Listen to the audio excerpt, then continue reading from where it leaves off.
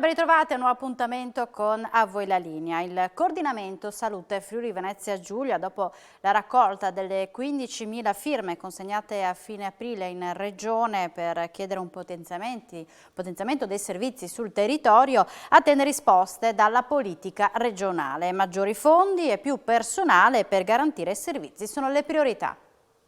Michele Negro del coordinamento Salute FVG, avete raccolto le firme, le avete consegnate in Regione per la Sanità del Friuli Venezia Giulia. Qual è la situazione oggi? Che cosa chiedete alla luce anche di quanto successo nell'ultimo periodo?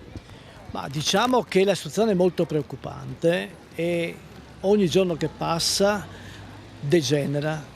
Quindi noi chiediamo alla politica regionale, a tutta la politica regionale, di muoversi, di discutere le proposte che abbiamo fatto, di discutere le situazioni che i cittadini stanno facendo emergere da ogni posto e prendere i primi provvedimenti, che significa spingere per l'assunzione diretta di tutto il personale, la riapertura dei servizi e pensare ad introdurre nella legge regionale dei miglioramenti che permettono ai sindaci di poter intervenire e dare la loro parola in maniera appropriata e strumenti di partecipazione democratica, cioè che i cittadini e le associazioni possano esprimere il loro parere e le loro proposte.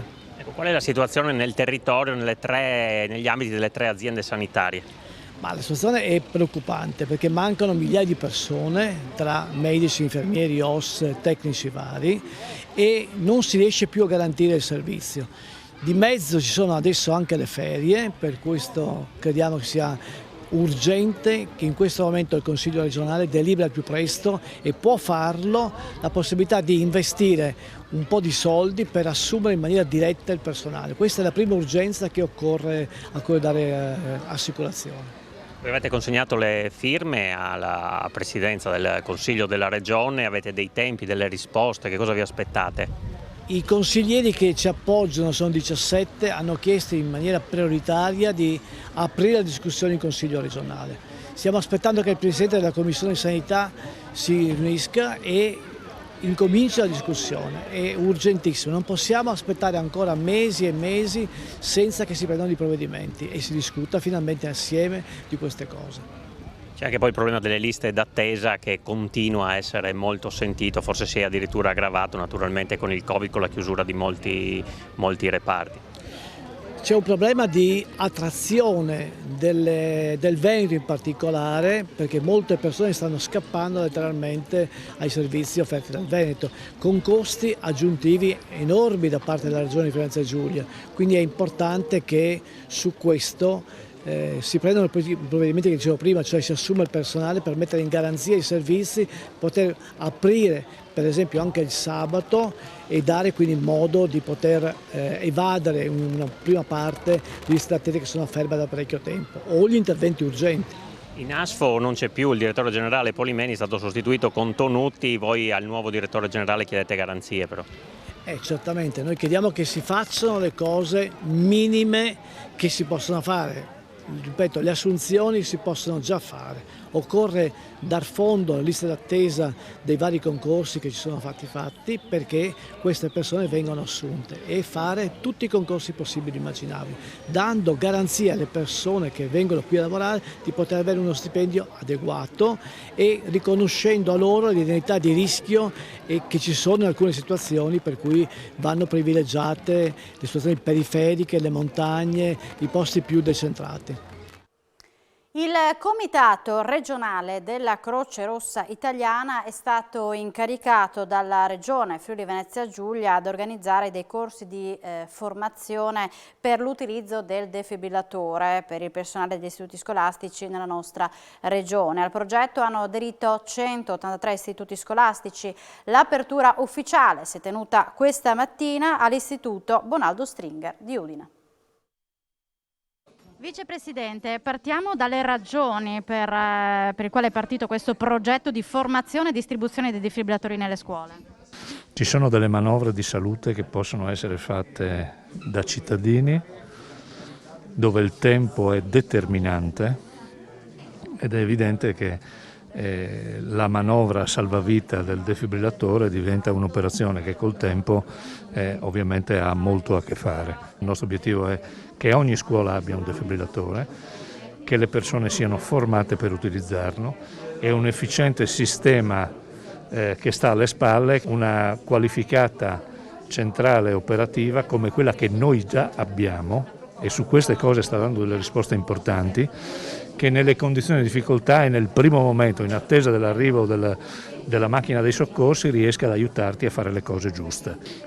La risposta di salute ha bisogno di un'alleanza anche con i cittadini, non può essere soltanto sulle spalle del sistema sanitario. La scelta della Regione di investire risorse per questi strumenti e per la formazione e adeguare anche la macchina di emergenza a questo è una scelta molto precisa che va in questa direzione, che io considero una direzione a senso unico.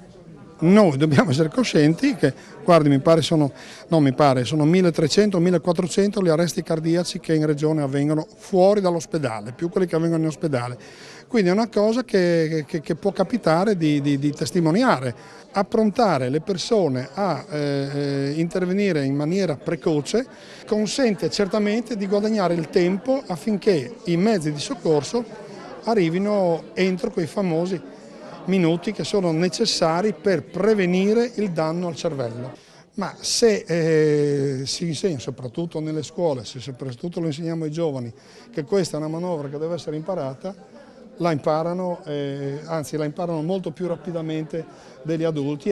Ma i numeri sono interessanti, già in questa fase di adesione abbiamo la partecipazione di 183 istituti, compreso anche i comprensivi, quindi insomma il numero è decisamente in crescendo e abbiamo la prospettiva di formare già 1000 esecutori alle manovre salvavita. E complessivamente ad oggi il dato di richiesta anche della consegna della macchina DAE è corrispondente a circa 83 unità. Quanti sono gli operatori della Croce Rossa che saranno impegnati anche per la formazione?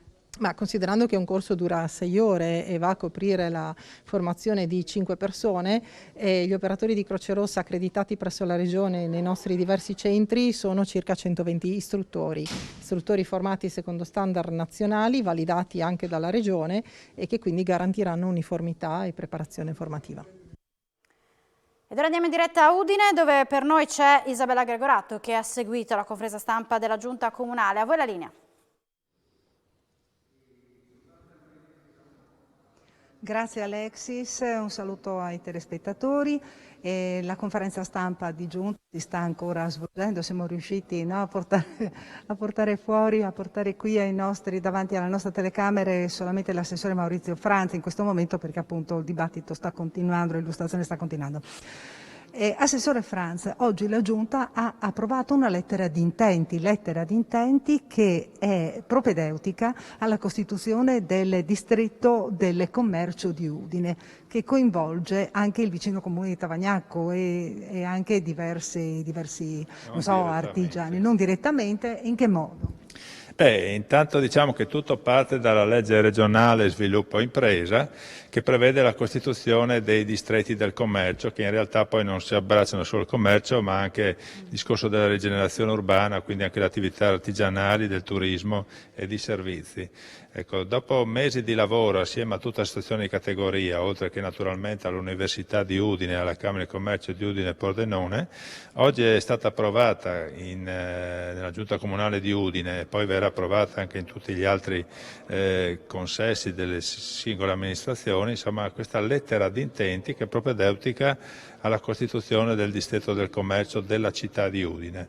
Aderiscono, come dicevo, oltre ai soggetti che ho menzionato prima, tutte le associazioni di categoria, quindi la Confcommercio, la Confartigianato, la Conferercenti, la CNA e Coldiretti, che anche loro hanno dei punti commerciali qua.